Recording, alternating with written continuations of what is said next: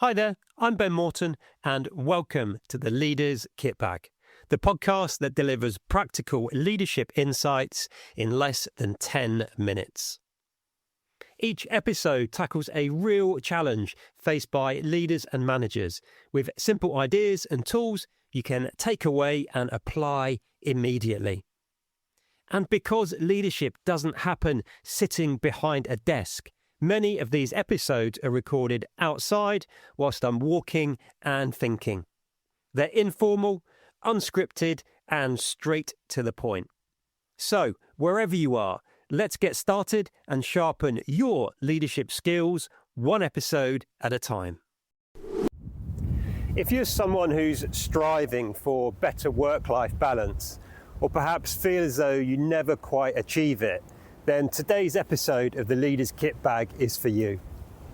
Because work-life balance is something we hear and talk about all of the time. Many of us say we want it or chase it even. But I'm not sure how often, if at all, we actually pause and ask ourselves a really important question. What does good work-life balance actually look like for you?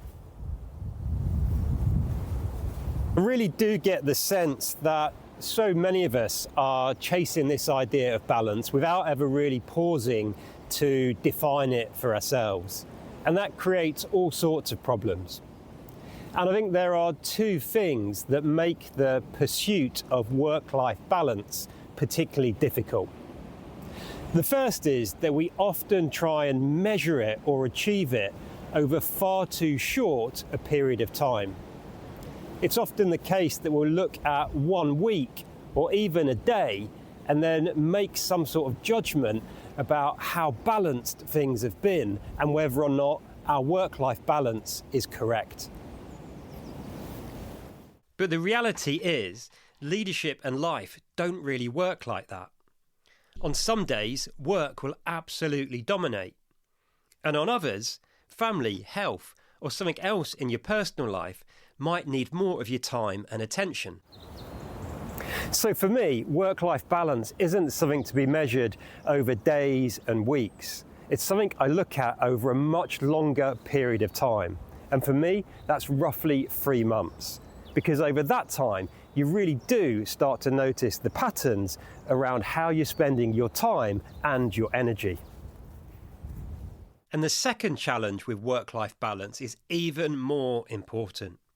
You see, you can't really define balance unless you're clear about what matters the most to you. In other words, understanding your core values. Because balance isn't about splitting your time evenly between work and life or work and everything else. It's about allocating your time and energy so that it's in line with the things that matter the most to you. And that will be different for each of us. Here's a really simple exercise I use with myself and share with all of the leaders I coach and train. So start by getting really clear on your 5 or 6 core values, the things that truly matter the most to you in all aspects of life, not just work.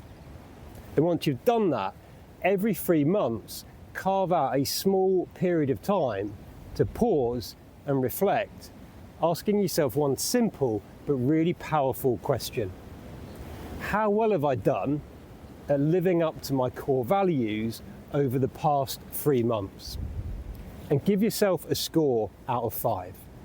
And that's not designed as a tool to judge yourself, but just to help you understand where you might be drifting off track. For example, if health is one of your core values, and when you look at it over the past 3 months, you scored yourself a 2 out of 5, then that's data, that's insight that tells you need to make some changes to course correct over the coming 3 months. And that way you can start to get work-life balance over that longer period of time. The way I tend to think about this is a bit like how pilots navigate on long flights.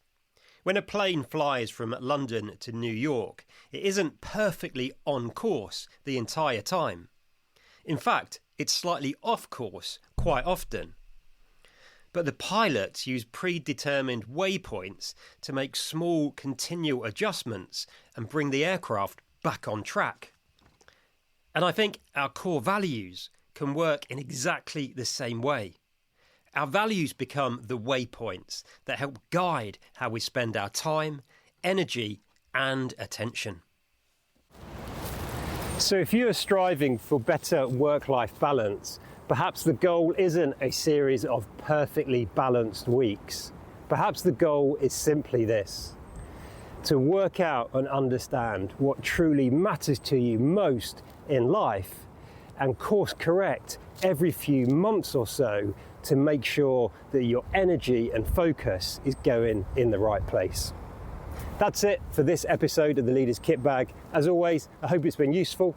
Look after yourself and those you've got the privilege and responsibility to lead. And until next time, lead on.